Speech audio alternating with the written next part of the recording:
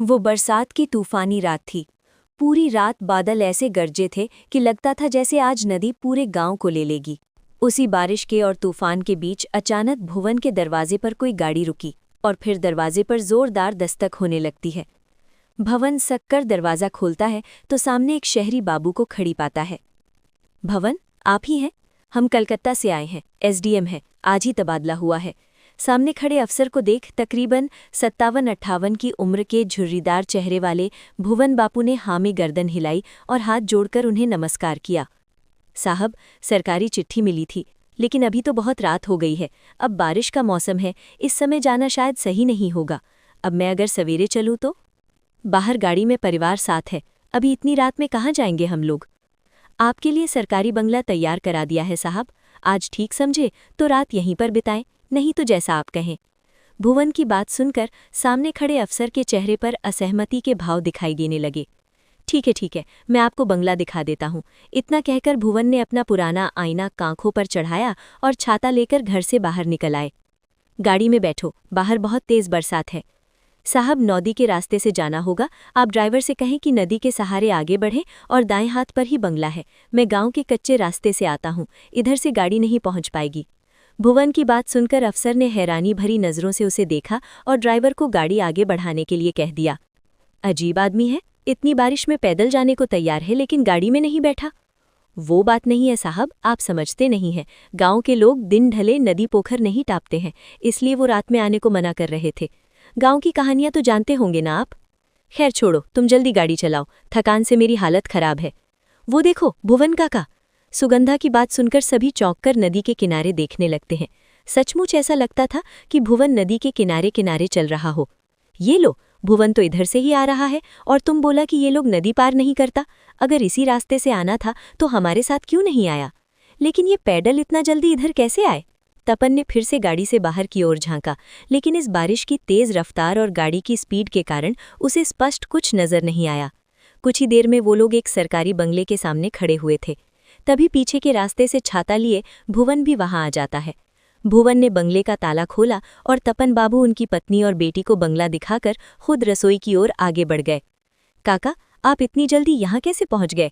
हमने आपको नदी के पास देखा था। क्या? मुझे? नहीं, मैं तो उधर गया ही नहीं। मैं तो पीछे के रास्ते से आया हूँ। हो सकता है हमने किसी और को देख लिया हो, अंधेरे में गलतफहमी हुई होगी। बंगला बहुत अच्छा है, कभी ऐसी जगह रहने को मिलेगा सोचा नहीं था। गांव से दूर एकांत में नदी के किनारे ऐसा लगता है किसी और ही दुनिया में आ गए। मंदाकिनी, सुगंधा, इंद्रानी और तपन को बंगला काफी अच्छा लगा था, लेकिन भुवन किसी और ही सोच में गुम था। उसे समझ नहीं आ रहा था कि आखिर इतनी रात को खराब मौसम में इन लोगों ने किसे नदी किनारे देखा होगा।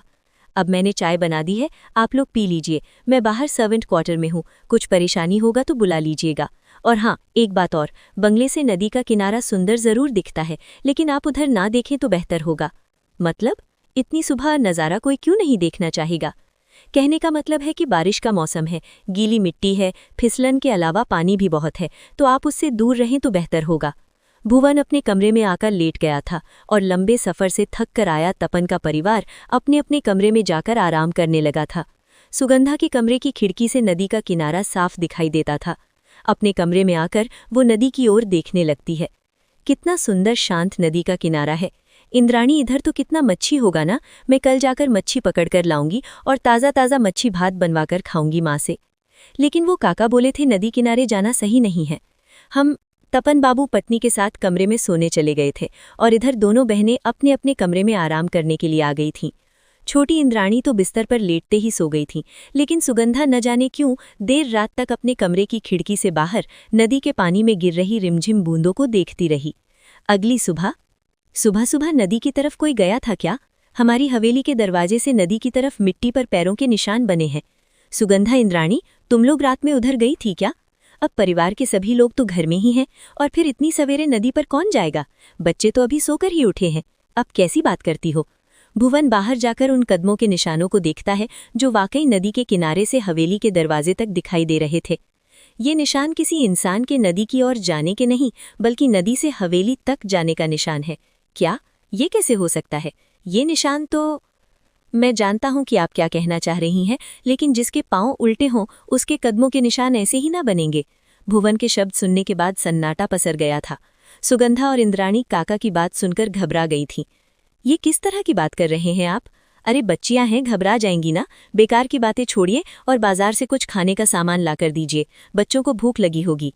मंदाकिनी की बात सुनकर भुवन काका चुपचाप बाजार की ओर निकल जाते हैं। अगले 1-2 दिन ऐसे ही बीत गए थे। दोनों बहनों ने माँ के साथ मिलकर घर लगभग सेट कर लिया था। सुगंधा, इधर सुन तो जरा, जा बाजार से मछली लेकर आ, आज मच्छी भात बनाएंगे। और कहीं रुक मत जाना, अंधेरा होने से पहले लौट कर आना है। ठीक है माँ, मैं जाती हूँ। 16 साल की सुगंधा घर से निकली तो उसे नदी के किनारे एक लड़की दिखाई दी जो हाथ के इशारे से उसे बुला रही थी। तुम यहीं रहती हो क्या?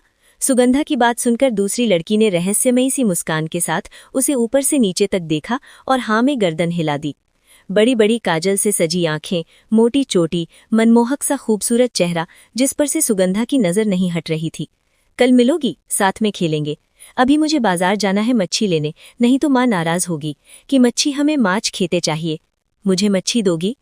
अचानक ही सुगंधा के कानों में इंद्राणी की आवाज टकराती है।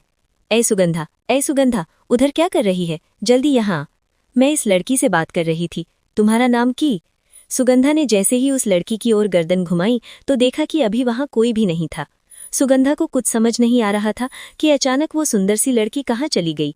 हैरान होकर वो इंद्राणी के पास आती है। उधर अकेले क्या कर रही थी? माँ ने तुझे बाजार जाने को बोला ना? हाँ, लेकिन मैंने अभी एक लड़की को देखा, वो मुझसे बातें कर रही थी, फिर अचानक पता नहीं कहाँ गायब हो गई। बहुत सुंदर थी, कह रही थी यहीं रहती है। बातें मत बना, कोई नहीं था वहां, अकेले में पता नहीं क्या बड़बड़ा रही थी उधर। अच्छा सुन, माँ ने बोला है आते हुए कुछ मीठा भी लेते आना, और हाँ थोड़ा जल्दी जाओ। सुगंधा जल्दी जल्दी बाजार के लिए निकल गई थी, लेकिन बार बार उसके मन में उसी लड़की का ख्याल आ रहा था। बाजार से मच्छी और रसगुल्ला लेकर लौटने में उसे अंधेरा हो गया था। जैसे ही वो नदी के नजदीक पहुंचती है, उसे नदी के पानी में तेज हलचल महसूस होने लगती है।